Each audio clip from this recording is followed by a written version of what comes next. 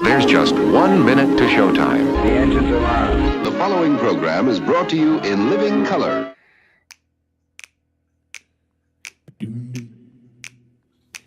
When they wrote up the systems and the rule set that we use, did working people get to write a line? What class of men on pen and paper jotted down their clues? With capital, the heart of their design. When 90 million want a thing, but some shareholders say no, which class of people get to have their way? The people read the fine print, say that this thing has got to go, and we'll start writing a new contract here today. Don't you know that hundreds will work and one man keeps the money? They don't think they gotta tell us why. When they say the new social contract, all the bosses will be gobsmacked and everyone will want a sign. Oh, yeah, everyone will want a sign.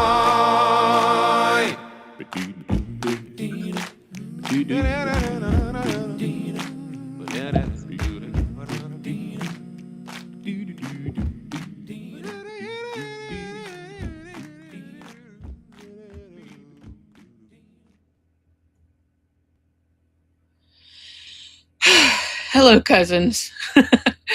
Oof. Yeah, this is a rough one. Well, I guess we'll just get into everything and see how far we get. Thanks for joining. Thanks for watching. Thanks for checking out our streams after the fact. We appreciate it. We like to. We're here to scream into the void, but we're happy to be able to actually share our asshole opinions with people as well. So thank you for being with us, hanging out, checking out our stuff. Much appreciated. So I think. Well, okay, all right. Let's baby step here. Let's stair step into this a little bit because this is like this is a lot to unpack. I think we all kind of knew where things were headed. But we didn't know if it was really going to actually escalate, or they were really going to pull the trigger on this. But I mean, it's not. So this is not totally unexpected. But basically, like I said, all right, let's take a beat here. Let's take a breath together and think about this. If you enjoyed our theme song, that is courtesy of our own Mr. Mayor Jared, who is on assignment. He's actually probably his plane is landing at home around this time. Our international man of mystery has been spreading the good word and entertaining the troops in Chile. And by that, I mean paying customers who have come to see his music. So it was his first time visiting Chile. So I imagine he would want to be here to talk about what it is to, hear outside opinion so soon about what's going on in the rest of the world, and see, what he's able to talk to people about without the American filter or the West filter. So he may jump on the stream if he gets home early enough and he's feeling it. It's all dependent. So manifest that if you're hoping to see him today. Otherwise, you could just keep me company, which I appreciate. I appreciate that. So yeah, we may be hearing from him. We will wait and we will see. But yes, if you enjoyed our theme song, which I always do, you can't see me when I'm doing it, but I'm usually dancing and singing to it while I'm getting everything set up. Then his other music is just as good, and you can check that out anywhere that music is available. And as we always say on the show, make sure to support indie artists. The big dogs and the dead guys don't need your support, but we do. And if you want to hear stuff and see stuff and read stuff and experience stuff that is outside the mainstream filter, which is just designed for to create revenue, then that's where you're actually going to see the good quality stuff. I myself have mentioned a few times, I've got a couple of books out right now. I just took my first book off that I ever published off the market because I'm doing a redo of it. It's getting a re-release here pretty soon, and I've got a new one coming out after that. But right now, if you are into scary stories and mysteries, thriller mysteries, I've got The Big Bad Wolf out. And if you are into old Hollywood, silent film, Buster Keaton. I've got a book out on him as well. So make sure to check those out. And by supporting indie artists, not just myself and Jared, which of course we appreciate, but that does help us keep being able to make stuff for you that you enjoy. So make sure to check it out and buy our stuff, stream our stuff, whatever you like, whatever your preference is. All my things are on Amazon. I've also got tons and tons of artwork on Redbubble, which, if you're unfamiliar, it's a website where artists supply their work, and and you were able to put it on like multiple different products. So I've got about 1,000 different designs and paintings on there that is available on about 100 different products, from everything from stickers to shower curtains. So anything you like. So yeah, and that, we don't get paid to do this. Obviously, we have no sponsors, so this is all, our own deal, which we're fine with. But it would be cool to be able to make sure that we are able to keep doing it, and our schedules don't get really fucked up, and we miss out on that, and on this special time with you. So yeah, again, thanks for being here. Thanks for your support. We really appreciate it. Okay, I don't think I could stall any longer. I think I'm going to have to jump into this. So I think that everybody at this point knows that the United States has made a military overture, that they're calling a preemptive strike, which we know that isn't the case, in Iran and the surrounding areas. And this is a joint exercise with, surprise, Israel. Because for about the past 30 years, Netanyahu has been talking about what a huge villain and a problem Iran is for the rest of the world, going on and on about yellow cake uranium, and they're minutes away, they're days away, they're a week away from making nuclear weapons that they're going to unleash on the West. Funny how they could be a week away from it for 30 years. And when they say we're a week away, that means you're putting, you're signing the painting, like that's done. It's over. Like, so don't tell me that they were already ready to go and it was all, here we go. We're going to attack you anytime. But this does open a big can of worms, because, we were already dealing with all kinds of things going on. We're dealing with, we as people here, we in the world, not our fuck ass government, but we're dealing with now our government putting an embargo around Cuba, and we're dealing with the deposition of the deposing of Maduro in Venezuela, and it's hard to tell always who exactly is pulling the strings, but Trump is led to believe that he is. So when the orders come down for him to do these things, and then it was pretty funny for the rest of us. I mean, obviously not Venezuelans, but it was funny for the rest of us when he gathered the billionaires around, and they're like, "We're not building the fucking infrastructure there, bro." It's like, it's not happening. But because the people that gave the go ahead to do this, the donors, the people whose names you will never know, who are the lizard people who are controlling the story here, they just want control of the stash. Really, it's not about creating this like flowing bountiful amount of oil and petrol for the world. Hooray, we've got it, we're going to sell it. No, it's about making sure nobody else can fucking have it. So that's really what's going on here. So that's transpired, and as those things are going on, when we're terrorizing those parts of the country or those parts of the world, then this movement on Iran has started, as what they're calling preemptive strike, which is obviously not the case and not true.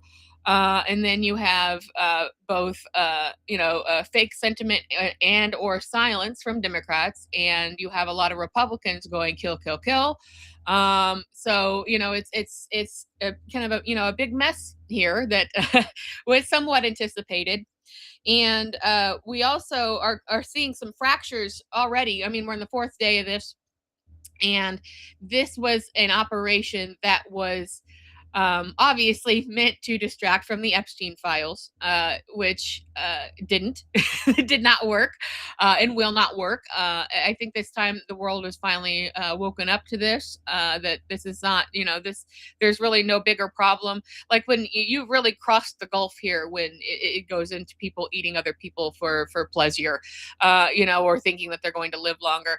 And as we've said before in the last few weeks, like, don't get hung up on what you're reading and hearing about the why why and the how, and we don't need another satanic panic on our hands. That's not going to solve any problems, because we know that even though they may have done some occultism within this sort of idealism, whatever it may have been. We also know that there's tech bros out there openly like transfusing their own children's blood into them because they think they're going to live forever. So, the whole satanic panic thing is old. Don't go there. It's not worth the trouble. Eyes on the prize here. And we also have to realize this came, as a kind of a cascade, a cascading effect of, okay, so we get a small release of the Epstein files, which seemed big because 3.5 some million documents seems like a big deal, going to keep everybody busy for a minute. But then the Justice Department said, we're not releasing anything else. And what was already in those files was horrific. So those really acted as a smokescreen for whatever even worse shit, like unimaginably worse shit, is in what isn't released. And that 3.5 whatever million file release is really a drop in the bucket compared to what they actually have at their disposal and what they're sitting on. So we are looking at the government running interference for billionaires who are their donors, who are telling them what to do, for people whose names you will never know. And this, again, what we know about Epstein was that he was functioning as an informant and a de facto member of Mossad in the way that he was collecting compromat for Israel to essentially hold over the rest of the world leaders and the most wealthy among us. So America was like, well, we want to do that too. So that's what they were doing as well. So they have been, this is not like, oh, we just suddenly collected up a bunch of shit that we found and that's it. No, this has been ongoing for decades and decades, a really, really long time at this point. He's been on the radar for a very long time because of, the way that Israel operates at the behest of the United States government, or I should say its donors. It is a proxy. It is the United States proxy. It is not its own separate entity. You get a lot of memes and a lot of misleading information about that thing. We've all seen the stupid pictures of or the AI garbage slap of Netanyahu fucking Trump at a podium and whatever. We've all seen that shit, and that's exactly, you got to also remember, like, you got to put your critical thinking hat on, because you might be like, oh, this is AI garbage, and scroll. But like, for all the people who are not doing that and are thinking that is perpetuating the idea that Israel is its own entity, like in a real state, in a real country, which it is absolutely not. It's basically people who have come and thrown up tents and said everybody else get out who's already here. It is exactly as if somebody had done that to your backyard. So they're an illegal settler colony, no different than every other country that has moved in on somewhere else. That's the history of the United States. It's the history of pretty much every empire, just saying, this is mine now, I'm taking it. So don't get mixed up about that. Don't sit and think that they have their own autonomy, because they may believe they have their own autonomy.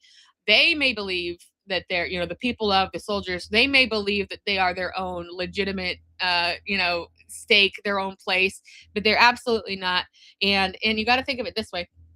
If Israel was a problem for the United States, if they were, some kind of issue there that the United States government and donors didn't feel like was serving their purpose, they wouldn't exist. They would have already been glassed. It would have been, over with right then and there. Anytime that, they arose any kind of problem or objection or issue. So that tells you right there that they are operating at the behest of the government, and in the greater level of the higher upper echelon of donors and those who are really pulling the strings and all of this. So basically what this is doing altogether, you take the Epstein files, you take Cuba, the Cuba embargo, you take Venezuela, and now you add upheaval in the Middle East. Not only is this making excessive amount of money for the United States and the donors and the corporations, the military complex, that it is also very much intended to be trying to goad Russia and China into a global world war because, China does, in some ways, lend support to Cuba, which they are not able to do now unless they want to cross the battleship embargo. So that kind of puts them at a disadvantage. And we know that a lot that's really they're considered the world superpowers, and we are at a stage now where America has definitely already been left in the dust as far as that's concerned. 30, 40, 50, 60 years ago, America was considered a main superpower. And then China rose to power so quickly and so efficiently that they just absolutely blew right by anything that America was able to do or had to offer, or like the world. And at the same time, we start to see the rise of the West, the NATO, the American NATO alliance, and America in particular, bullying its own allies, like China, or I'm sorry, Canada and Britain and things like this, and into basically just going off the cliff with us, at that point. So that's where we see life is becoming uninhabitable, unlivable. People are leaving the country in droves. There's a lot of stories out there about Americans leaving America, which is become a normal thing at this point. But I think a lot of the people are running to places like Canada and Mexico, expecting that those problems are not going to catch up with them. But eventually, anybody that's aligned themselves with the United States are going to experience the same thing. Britain is very much on par with that. So we're you've heard the I don't know who said it. It was some Roman emperor at some point, but give them bread and circuses, to keep them quiet, whatever. Now we don't even have bread and circuses at this point. People have no quality of life and no food, and and in that, now we have seen a massive spike in gas prices, which is not even it's not an unexpected thing to happen, but it doesn't have to happen. That's the thing. It's just like, oh, we're just doing it, the people that pull the strings, we're just doing it to further gouge people. And then within the country, we have private equity buying everything, and that's a show I want to do another time. And I definitely would like to have Jared present for that so that we can talk. He's so much better at economical conversations than I am. At this point, but I do think it's interesting, though, that just talking with domestics, that people 3, 4, 5 years ago didn't know the phrase private equity, and now it's a hot button thing. And what this is also doing, and this seems like a resource and a cash grab, the Iran, everything else going on. It seems like this is a way that they have basically finally recognized that they are no longer a global superpower, and that they are the enemy of the world in a great way. So it's now time to try to get their hands on as much capital as possible through as many means necessary, because we know in this strike that this, like, the first thing that happened was they let bombs go on a girls' school, and there was like 160 children killed. Like the very first thing that happened. They're obviously there's no thought for sparing innocent life. They're not considering anybody under that guise. They are just attacking blindly, and it's not going well with public opinion, which is good. That's basically where we are. But like a few years ago, people would not have even been really dialed into this. And at the very, very least, we are seeing people, just average people out there, whether or not they have all of the facts, whether or not they're following these stories very closely, or really know anything, or they're just nightly news people who will take anything that's told to them and assume, well, if America's doing it, it must be the right thing, because that is how, that was basically the common belief for like all of time. So at this point, people are finally starting to, I don't want to say wake up, because that kind of, it's a wake up sheeple. That's not what I'm talking about. Like, what I'm saying is just that in their own way, they're really like, some people are equating like, why do we just have to close these schools and hospitals in my town? Why can't I afford food? Why is everybody else losing jobs? Why are they building all these data centers? Yet we have money to go and blow up Iran and try and kick ass over there. Like, that's not exactly the same thing, but it's still getting people thinking in the right direction, even if it's for their own reasons. And that is something to definitely look to as a source of encouragement, because when you lose your own domestic support, that is really all that there is at that point. Like, no one, and a lot of people are also still in the mindset of like, oh, 2028, we just, Gavin Newsom, he's gonna, remember what the people, how many times did you hear Biden's gonna save us? Biden's gonna change everything. Like, I was literally hearing that coming out of people's mouths. So, that's not going to change, right? And then Newsom just gave this like ridiculous like press conference or something, standing around like a building getting built, like to pretend like like when you were a kid and your parents were going to come home and you were supposed to take the chicken out of the freezer and empty the dishwasher and you didn't do it. So like you hear them in the driveway and you're in there like running and trying to get everything done in like 2 seconds to pretend like you did what you were supposed to do.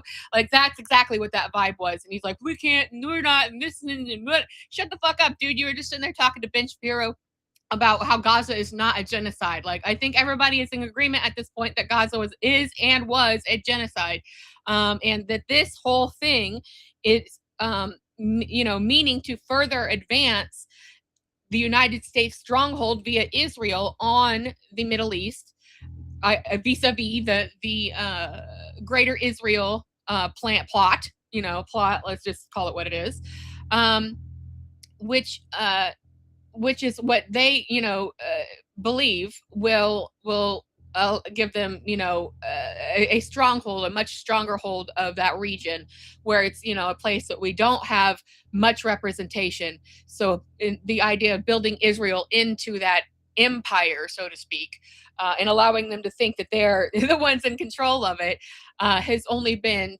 at the behest and to suit American and Western donor interests, because of what they see exactly for the clearing the board of Gaza, because then they literally see opportunity of having like shipping coming through that way, because of that there's a sea facing area, so shipping can come through there, building opportunities, resources, natural resources that could be extracted and used and bartered with, and so on and so forth. All this stuff is not new information, but a lot of people are coming to these conclusions in various different ways, and it is hard to be patient with people who are the liberals who are like, oh, I'm starting to think maybe Trump is a bad guy. And maybe like even some MAGA people are starting to come around. MAGA kind of is a dead movement. They were basically not a real kind of a thing anyways. They would just sort of like jump on the bandwagon of whatever, like Tea Party, like, oh, we're doing Tea Party now. Okay, now we're doing MAGA. Now we're doing Maha. We're doing all these stupid things that amounted to nothing. So you have those people and liberals who essentially have the same political ideas. They're neoliberal ideas about these things. Just because they wear red or blue doesn't mean that they're not like definitely aligned on this stuff. But the people who are America first, at least, are definitely getting angry that they're not seeing any benefit, because, oh, if you're going to go stomp ass overseas somewhere and then you're not going to bring you're not going to bring this person back anything. Like, you didn't even bring me a shot glass with the picture of troops on it or something. Like, I'm not getting anything out of this. But I also cannot afford to live in this stupid country. And who would even want to? Like, what does America have to offer anybody at this point? Either people who are naturally born here for generations and generations, or people who were thinking of immigrating here. I can't imagine anybody thinking about wanting to immigrate here at this point. So, like, why would you want to? What does it have to offer you? That, like, I can't see anywhere else in the world being so bad that you would choose America, when there's other places that you can go that are like maybe at least not as badly caught up to it or have better economies or something. There's a lot of European countries, like that, small European countries that in Eastern Europe and stuff, that their economies are doing pretty good. They're pretty socialistic. They're hanging in, but and not really on the radar of anybody or anybody's troubles. I have a feeling that there's a lot of places who are pretty utopian compared to here. Utopian meaning in the like things are not horrible kind of a way, not like the political utopia that Jared hates. So I mean, that's kind of the state of things. Like, why would anybody come here? Why does anybody want to stay? And it is unfair. Well, everything is, but it's super unfair to people who do want to be here, because we do see this in not a patriotic way, but as this is mine, this is my country, this is my house, this is my legacy, this is my genealogy, this is my history, for good or bad. I have my ancestors. I have some that came over, on the boats, right? Like on the Mayflower. I have some that like were here for the revolution. My family on both sides has been here since America began. I have covered wagon pioneers in my history that got here, and just in general. And I live in Indiana, and I'm like 8th generation Indiana in some places on my in that. It's not like I'm like, oh, I'm so proud, America, America. That's not where I'm coming from, but it's mine. This is mine. This belongs to me and everyone else who wants to stake a claim in this place. And that was the entire purpose. Whether you're here day one, is like tomorrow, or you've been here since like the 17 fucking bucks, like my people have. Like that is like really what the conversation is here. Is that this is I should not be expected to like go live in Canada because I don't like how things are going. And we do know that things tend to move in waves, but that kind of is over in the United States. I think the last really bountiful, good people are doing pretty well economically. Their social causes are getting pretty good advancement and thought, and like people are kind of changing their thinking. That was basically the 80s. So we're already talking about like 40 and 40 plus years ago. So if things are not going to improve in that much amount of time, like they're not going to improve ever again unless there is a serious I don't want to say regime change because that's not the answer, but like a serious upheaval, a serious change. I always talk about shadow government, but then Jared corrects me and says it's called dual power, but I think shadow government sounds fucking rad. So that's why I say it, but that's what it is. If you want to be precise about it, what we really are talking about here is there needs to be a rise of dual power that where we say, okay, maybe shit that was made up 300 years ago by slaveholders with itchy balls doesn't really amount to what life is like now. So that's what we really need to think about going forward. And I think that's kind of finally settling in for a lot of people. Not that they necessarily are in the exact same mindset for the same reasons, but they're all like, everybody is here. I don't care where you fall on the political spectrum. Everybody is looking at this like I can't afford food, I can't afford gas, I don't own my car, I can't own a house. There are homeless people everywhere, even if I'm not right now, or or I'm on the verge because I can't pay rent or mortgage or whatever. Even our most basic products like computers have been downgraded to the point that they're basically just like large phones, and that fucking sucks. And and then AI ruining everything for everybody, who overwhelmingly people do not fucking want it, but it's being crammed down our throats and we absolutely hate it. Like, you're not going to find anybody but a few bros out there who had no ability to do anything on their own in the first place, or teenagers who don't know any better because this is now their world. So you're really not going to find any robust support for this, and it's been shown over and over and over and over again. And we also know that we are very close to the AI bubble bursting, but it just keeps, they just keep throwing money at it, and data centers are taking over. I reported several times that some states aren't like this, where they're really interconnected. Like the East is like that, and then we have in the Midwest, some places are like that. But I know that like a lot of some of the South and Western states are a little less domestically connected that way, where you could just drive real quick, 20 minutes, you're in the next, like, you can hit like 2 or 3 towns real quick. And so if they're putting up a data center, you could just go over there real quick and protest it, and oh, and over here we'll go get this one, and over here we'll go get this one. So that was something that was really working to Indiana's benefit for a long time. But then we have a really horrible governor, no surprise. And I've also pointed out that Indiana is very much of a testing ground, a bellwether state of like how much people will tolerate, what they can get away with governmentally, and then take that abroad to do things nationally. Like, oh, we made an abortion ban. Oh, it worked there. Well, we could take it national. Or, oh, we're not gonna provide any health care anymore. Period. The end. All do. Okay. Well, we'll do that nationally too. So like things that like really horrible policies usually are tested out here first to see how they can get away with it and what people will tolerate, because this is a state of absolute apathy and nobody gives a shit about anybody, and everybody is mean here. You will meet no nice people in Indiana. So it's a perfect testing ground for like, let's see how awful we could make things and do things. So bringing us, back around on the guitar here, there was this kind of this light spot for a while of we're defeating the data centers. We're kicking them back. They're withdrawing their proposals. It didn't do any good. What it ended up being was that some of these places need approval for prior approval for industrial reasons, but some of them don't. And then there's some recent legislation that went through that said anything can go anywhere that anybody wants it to. The end, no questioning, no fighting it, so they just figure out a way around it. And pretty much every data center that has been stopped up to this point is now already being built. So it didn't work, and no one's more disappointed about that than me, because this is not the future of technology. This is not the future of the world. This is scraping bottom and taking out the very last resources that could be extracted from a place.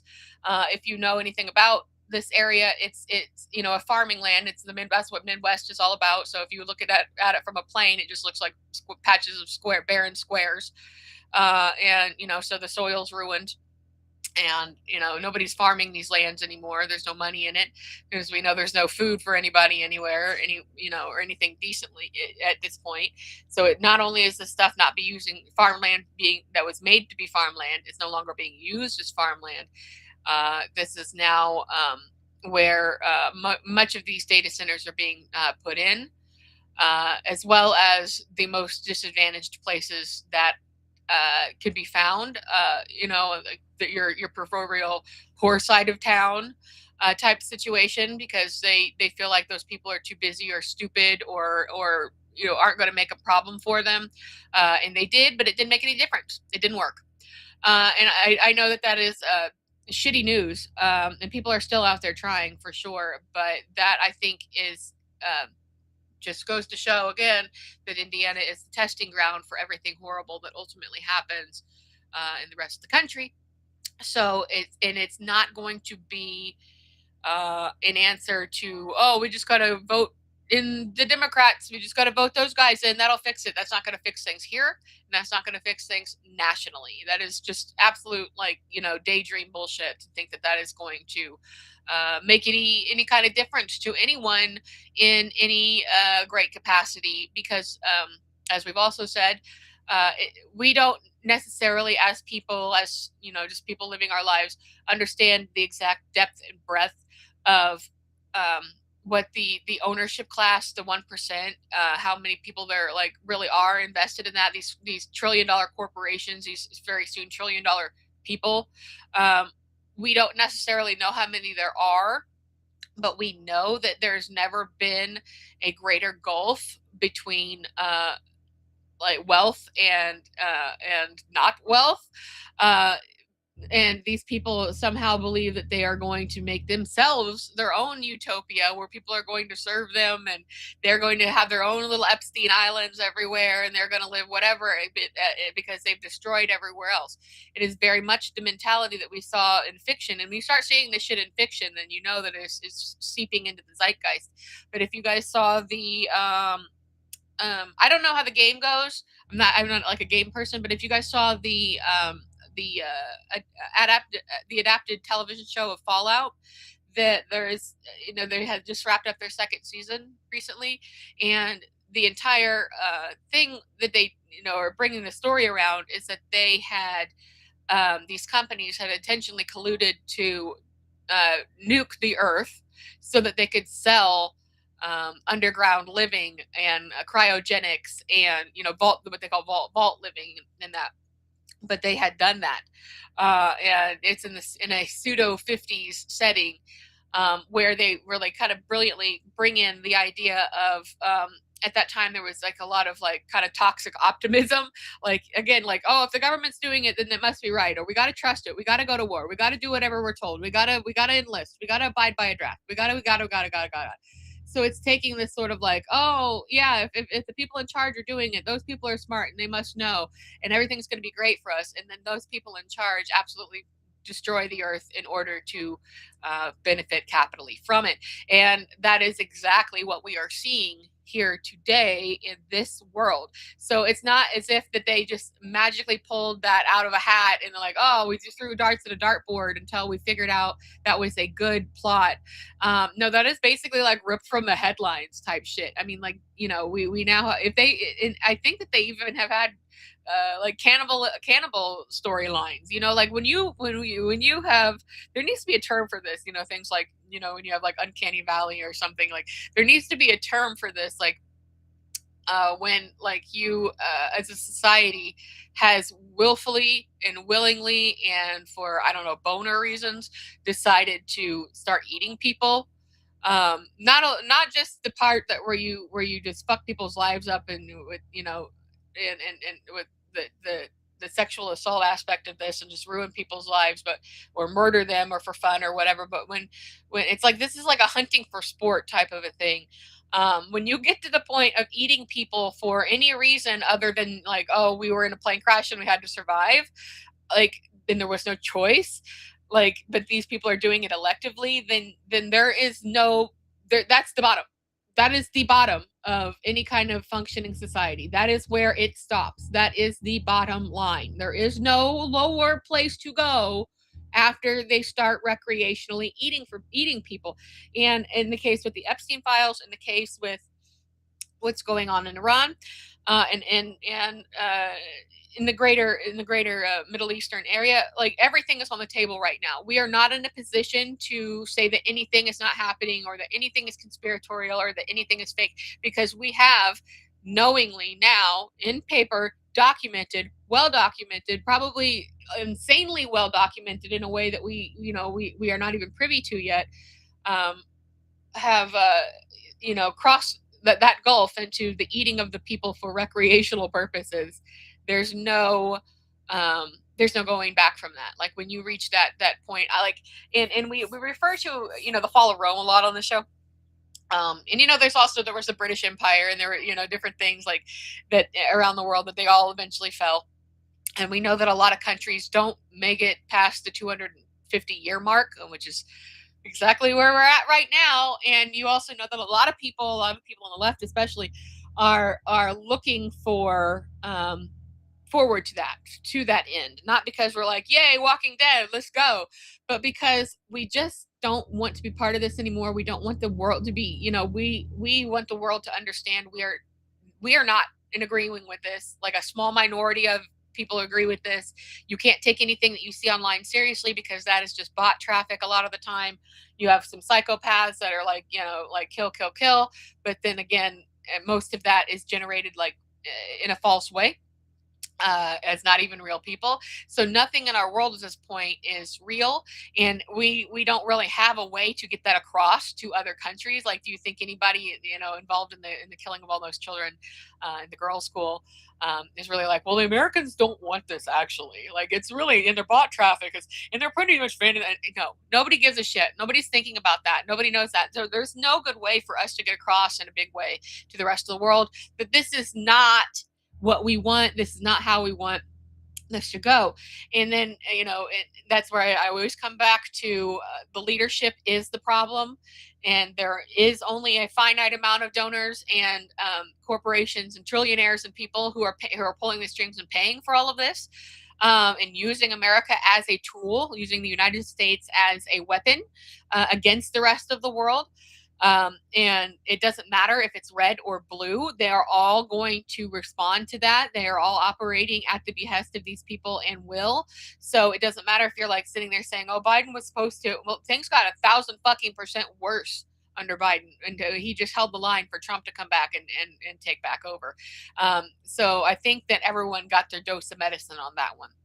But you're still going to have people out here who are going, like, no, the Democrats, we just got to, in a local level, and they're going to take your vote away. Fuck voting, okay? I'm tired of it. Fuck it. Fuck voting. It doesn't do any good. If it did any good, they wouldn't let you do it. That's the whole point of the idea. Like, the whole thing, that it's an illusion, that the illusion of choice, first of all, but the illusion of control, that if you pick red or blue, this guy or this guy, that they're going to do something different. And it used to be that there was a level of, I want to say decorum, but it was really just, more effort into lies, basically. Where, it used to be like where they would just lie, like these politicians would just lie and make shit up. And nowadays they're just like, haha, fuck you. I'm taking the money, bitch. I'm taking that money. And then it's just like, they don't hide anything. They don't pretend that they're going to do something, that they're not going to do. And we're right now, we're seeing this quite a bit with the Mamdani situation. People are like so behind him all the time because they're like, oh, he was shoveling snow himself. It definitely wasn't a photo op. And yeah, maybe we do need more prisons. And I guess probably we should continue to sweep the homeless camps. Oh, but not in the cold though. We're not going to do it when it's cold. Come on, we've got values here in New York. So you're getting a lot of bullshit going right back. If you want to know how 2028 is going to go, look exactly how people are acting about Mamdani, because we have been warning about him since day one. And also the fact that we then found out that he was being groomed for this all along, because his mother is in the fucking Epstein files. She was not necessarily a sex offender of children or whatever. Or maybe she had human dinners. We don't know the full extent of it.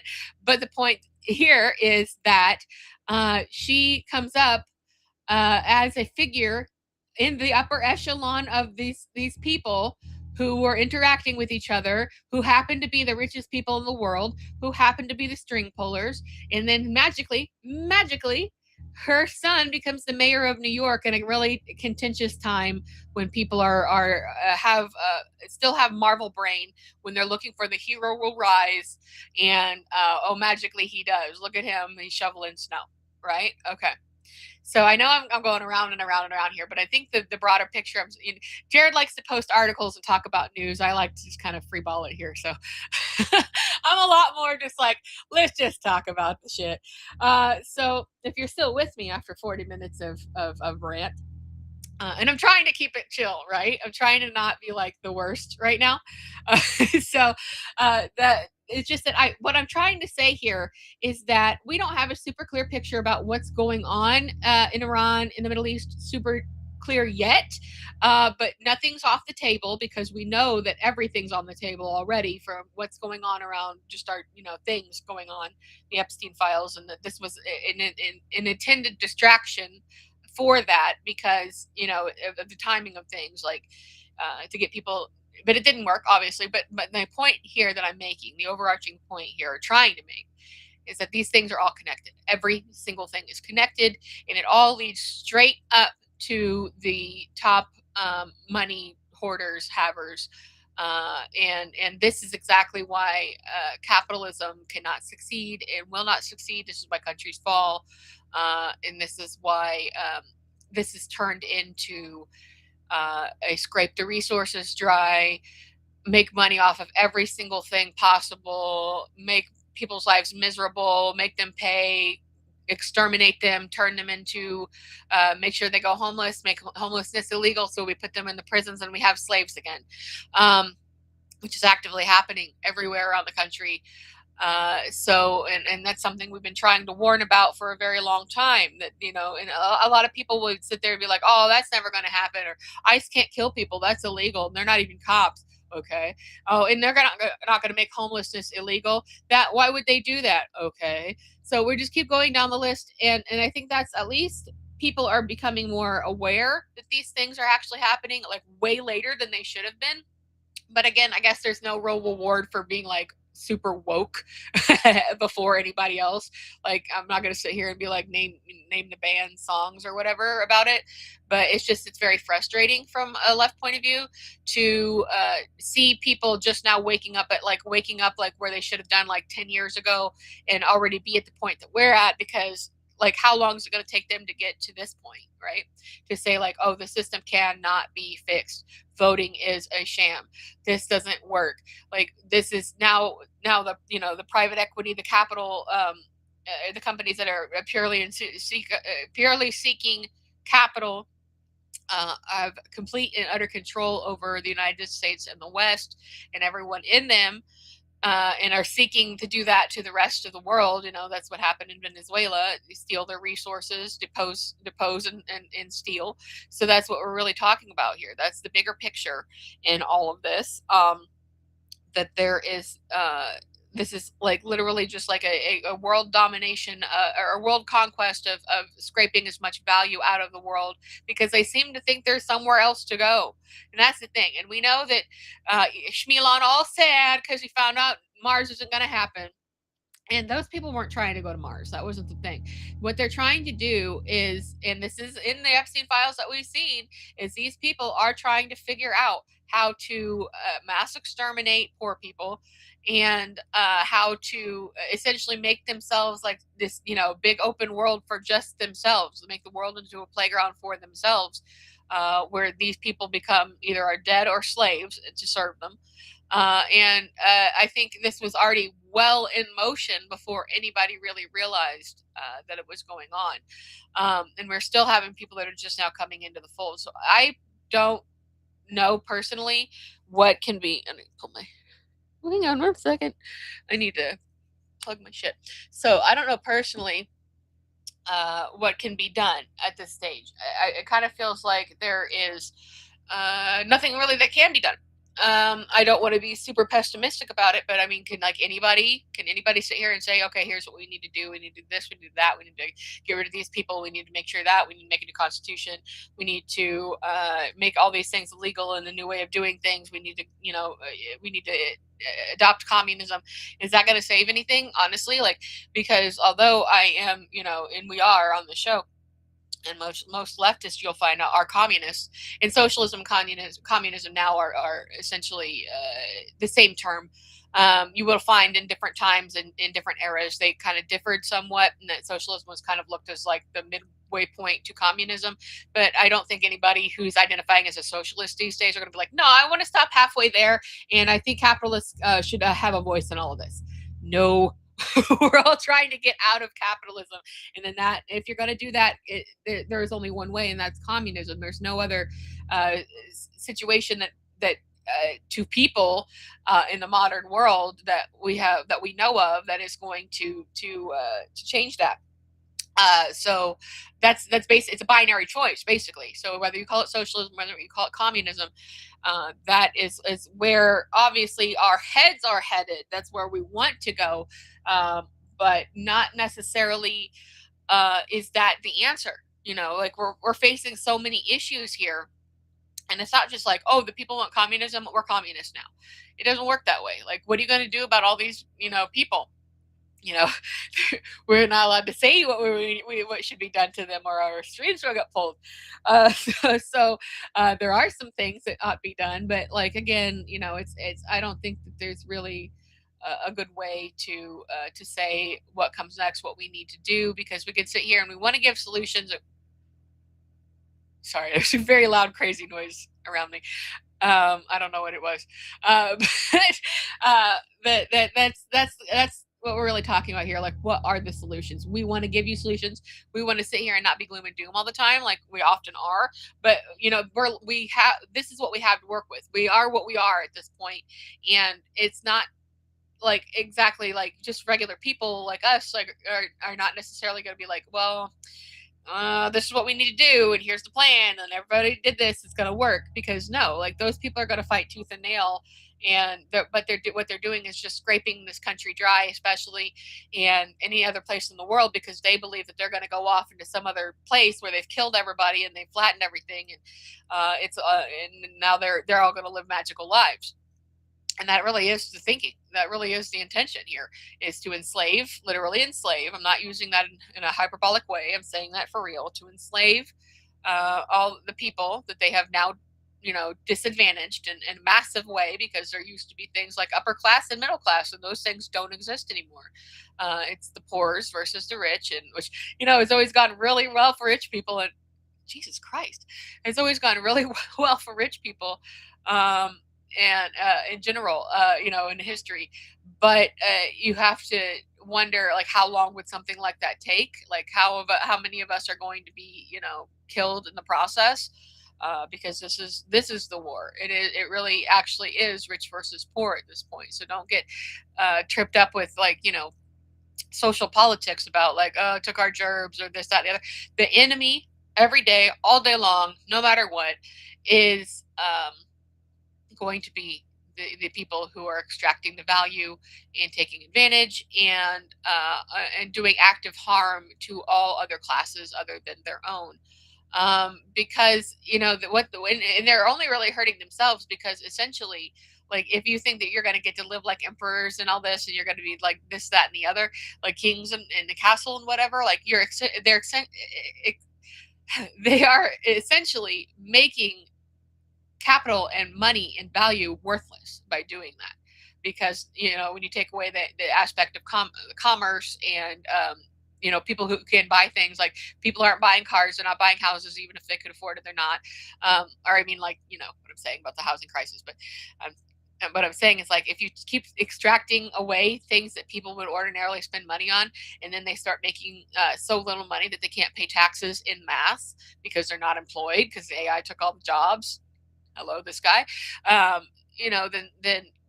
they're only cutting their own throats. You have to rely on, if you want a society to function, not even succeed necessarily, but if you want a society to function, particularly in a capitalistic setting, then you're talking about having commerce, having things available to people, having them be able to retain value, own things, and sell things.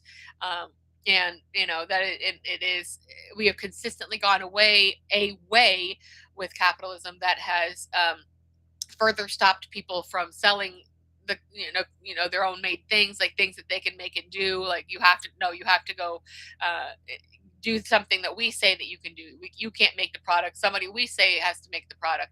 So they've tightened it down so much that basically, they may have gotten this dream of, now there's just the pores, and now we got to wipe the pores out. But once, all of us are dead now, what worth is money? Like, they're just going to be trading bottle caps to each other at the end of the fucking day, because there's nothing left. So to kind of, bring things around right now, there's not a lot that can be said right now about what actually is going on in Iran and in the Middle East. We do know that this is, in a lot of ways, been backed by and supported by Saudi Arabia, who also sees Iran as their own threat. And we know that places like, UAE, Dubai, Qatar, that, like, money, they basically just exist as money laundering capitals, right? So they want to basically, have a stake in all of this. But now, like, they're starting to say, like, hey, you guys are making Israel your best friends, and we thought we were best friends, and this is not cool because we've got all the money and the resources, and we've been lending it to you all this time. So they're getting pissed, and that will start, like, a full scale thing. Like, so this is obviously, we know it wasn't handled well, but it would not, under anybody, not be handled well, and it was completely unnecessary to do this. When we're talking about people in the world, and not talking about people trying to extract value out of things. So, and then we also kind of are starting to see stories come up about how Saudi Arabia and Qatar have arrested Mossad agents, rogue Mossad. I won't say rogue at all. That's the wrong word. Have like just out there, like teams of, is what I mean. Like teams of Mossad agents who are trying to start terror attacks in their territory, and they're claiming that they have made arrests of that going on. And that's something that you may even expect in this country. Like, everybody sits here and thinks, oh, we're so far away, we're completely untouchable. It's because that stuff is done intentionally a sanction to be done to manufacture consent for further aggression, because say we get another 9/11, and then they sit here and say, oh, it was 100% Iranian terrorists. It was 100% them, no question about it. Israel says so. Saudi Arabia says so. We say so. All the intelligence doesn't lie. Take our word for it. Think about how many people in this country are going to take their word for it and go, Jesus Christ, what is that noise? It's like, it seriously sounds like something's coming down like around me somewhere. I don't know what would cause that kind of noise. I have a filter on my mic, so I don't think that it's coming through, so I probably just sound crazy. But something around me somewhere is incredibly loud and weird. I don't know what it is. I'm gonna have to investigate it. We're at the top of the hour here, so I'm gonna go find out here in a minute. But the point that I'm making is that this is going to backfire greatly, and you should anticipate that if you're starting to tune in and you're starting to listen and you're starting to get people in your life around you to understand this is all manufactured, this is all for these people, this is all for this group of people, that anything is possible, that they will nuke this country to sell vaults, that's not off the table. So if they're not feeling like they're getting good, like with the pushback that people are already showing in very like lukewarm ways, if they're feeling like that sentiment is going to persist, then they absolutely will stage a Western attack, probably in the United States, and pretend that it was Iran, and then Iran can all day sit there and say, we did, even though we are completely just, they literally killed our leader, even though we're completely just in doing so, we had nothing to do with this. And the news and everyone will make sure that no one in America believes that you're regular lay people don't believe it, and then they're ready to do war. They're ready to support military and this, that, and the other. And one more thing I'd like to add to all of this is that you've seen a little bit of, like, I'm not going to say pushback because it's not, but you've seen some of these ex-military Democrats being like, you can ignore orders. You don't have to do that. You don't have to do things that are morally wrong. Horse fucking shit. Like, I don't care if you dickheads who were killing machines, when you were 19 and then went into politics because you figured like, oh, I grew a conscience, kind of, like, are now telling other people not to do that. That is literally not how the military works. Everybody in the military is a fucking hive mind. That's the entire idea. They've stripped you of your identity and turned you into a fucking 19-year-old killing machine. And they're going to make you do that, and they want to do that.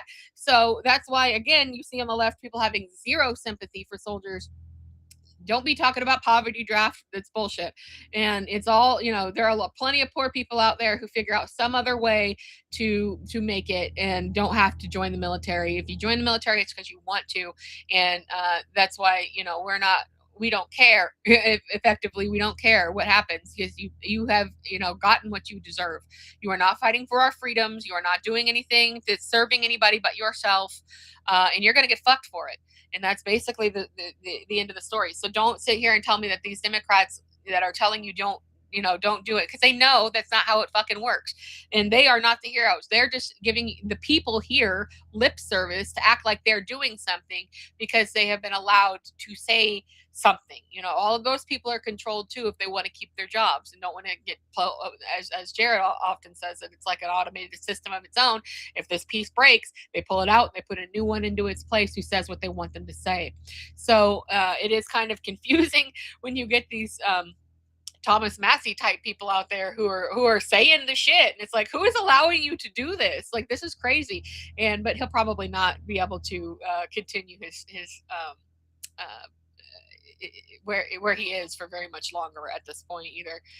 His head will get put on backwards magically, or he'll be forced to resign in some way, or he'll get primaried by like so much money going into that. There's really no real explanation on that. But with all of the stuff together that I've talked about in this past hour, all of these things going together, it's important to take away from this that everything is connected. This is all connected up to that, to that 1%, to the 1% class. They are dictating every single thing that's happening, down to what you can buy and how much poison is in it, your food. They are They are squeezing you. They're the ones that own these venture capitalist business organizations, these private equity organizations. They're not just one person who owns a lot of shit. There was a reason that Bill Gates was invested so much in buying up all of the farmland in the United States, right? So don't sit there and think that like these people are just like one-off entities that they will eventually die and it won't matter. No, their money is going to keep going and going and going until they make it worthless. But again, that can be generations from now. So where do we end here? What is this? Well, first of all, it's kind of too hard to tell what's exactly going on in the Middle East right now. We know that by giving away all of our weapons stash for the last several years to Israel to fuck up innocent people, we don't have a whole lot right now, but that doesn't mean that we still can't go over there and cause a great big problem. And it was a little bit convenient that they're, Saturday, Trump is like, we're going and we're doing. And then a couple of days later, he's like, we kind of want to leave now. So like, yeah, we know that there's some shit going on behind the scenes there. It's not going well. They know it's not going well. There is no shock and awe anymore. That's definitely over with. But we're kind of us as people are in a wait and see situation because we don't exactly know where this is going to go. All I can say is that don't believe about these, if it's a false flag attack, that they're trying to generate manufacture consent for war and make people mad. And I'm really like, I don't want to say I'm concerned that it's going to happen here, but I'm just saying I would not be surprised if suddenly another 9/11 happens and, oh no, these really super sophisticated Iranian terrorists got through every they make you take your shoes off and like feel your junk just to get on an airplane. But these guys were able to make it all the way through with super bombs and like, don't give me that bullshit. But just, that's I think, if they don't get the consent that they want, then they're going to have to try to get it in other ways. So we may be looking at a situation like that, another domestic attack, and it's been 20 plus years since 9/11, so that they might feel like it's time to try and shake things up. So my suggestion right now is just keep your eye on like things like even though Twitter sucks ass, like look at people who are talking, like try to find sources about people who are talking about things, and don't necessarily write anything off at this point because we're really in uncharted territory in the modern world, because we just don't know how far these people are going to go, how fast, because we know at this point that they're trying to exterminate us, and they're trying to exterminate all of their people to the ends of whatever. And I think maybe that's it. Maybe when they're out here talking about like, yeah, it's going to make it so we don't need money anymore. Oh, we won't need money anymore because you fucking killed everybody. Like, is that the plan? Like, we ripped the mask off, Scooby-Doo style of AI, and it was like, oh no, actually AI was just the mask of kill everybody. So that's where we are. Just pay attention, I think, is what we really need to come out of this with, because we're going week to week. We can't really say what's going to happen tomorrow or a week from now when we're back on air. So it's just some crazy, I don't know, wait and see. And that sucks because it's like there's a lot of people involved, and there's a lot of innocent people involved, and there's a lot of not innocent people involved, and there's no real way to know where we're going with it until we find out a little bit more, and we don't know how long it's going to last. We don't know if they determine that this is a success or not a success, what that means for the next stage or whatever, because like obviously Venezuela wasn't enough, the embargo Cuba wasn't enough, now we're invade Iran, not maybe not enough. So we're seeing where this is going to go. There will be breaking point in here somewhere. It's just not abundantly clear what to us, the regular people, where this is all going to go. But I feel like no, we're good. I feel like we're past anything good happening anymore, and hopefully maybe there's some smarter people than me out there that will be able to say, this is what we need to do, this is how we need to do it, because a lot of the things I've suggested, like, we already beyond that, and I would talk about okay, we need to do general strikes, we need to do protests. Well, that didn't do any good. When people woke up to that, then it just turned into the No Kings nonsense, and didn't do any good. And then it's like, okay, well, like, let's do boycotts, let's do strikes. The boycotts have not worked That it seems like they have to some degree, but they're really not hurting these companies enough because they've got so much stake in other things. And then my whole, shadow government / dual power argument, I think is probably it, but I really am not sure how you get everybody on board for such a thing like that. So I guess that all remains to be seen, and maybe again, smarter voices will rise and prevail. So that brings us about to the top of the hour. I'm gonna go find out what the hell this noise is. So yeah, guys, keep your eyes on what's going on. Obviously not like, state propagated news, no state media. And that's going to be your mainstream papers and news programs and things like that. They're not doing anybody any favors. Your local news is full of shit too. So you're going to have to get, just like we've done through Gaza, get the voices of things that are happening to people in real time, to the people it's happening to. And let's hope that like don't let this Epstein thing go. Make it your personal duty to stick with that and to keep it on, because we cannot let this go. At this point, we need we need a Watergate, like a competent Watergate situation. We need somebody with the information and get the information and do a deep throat. It doesn't matter. Like, find some way, like the people involved basically that are keeping this covered up from like even the people who are sweeping the floors, like they're all culpable at this point. So get that shit, do something to get that shit to a journalist or a journalists, get that out there, do something at this point. And, people who are, these expert hackers, like all over the world, like get that shit, get it, that's got to be done. We have to find out what's going on in a much bigger way. This, what we do know was a drop in the bucket, and it ultimately led to Iran's leader getting killed and a bunch of innocent people to try to distract from it. So clearly they will go to any length at this point. And this is our knowledge for us to know, and we need to know. So with that said, thank you for joining me and hanging out with me. I appreciate you. You can watch all of our past episodes on our YouTube channel and our Rumble channel. And it just occurs to me, I think I forgot to upload last week to Rumble, so I may have. So sorry, dude. I'll take care of that. But you can also see, you catch us live on YouTube and Twitch. The links are also on Blue Sky and or always pinned on Blue Sky and whatever the hell is left of Twitter. So yeah, thanks for hanging out, for checking out the show. And we next week, I think that Jared is back with us. So we will have our mayor presiding once again. And until then, everybody just try to keep your eye on what's going on. Don't rule anything out. Don't forget the Epstein files, and we're just gonna keep pushing through until we are all until this is like, you can watch the puppet show version of this over a trash fire where we're eating squirrel together.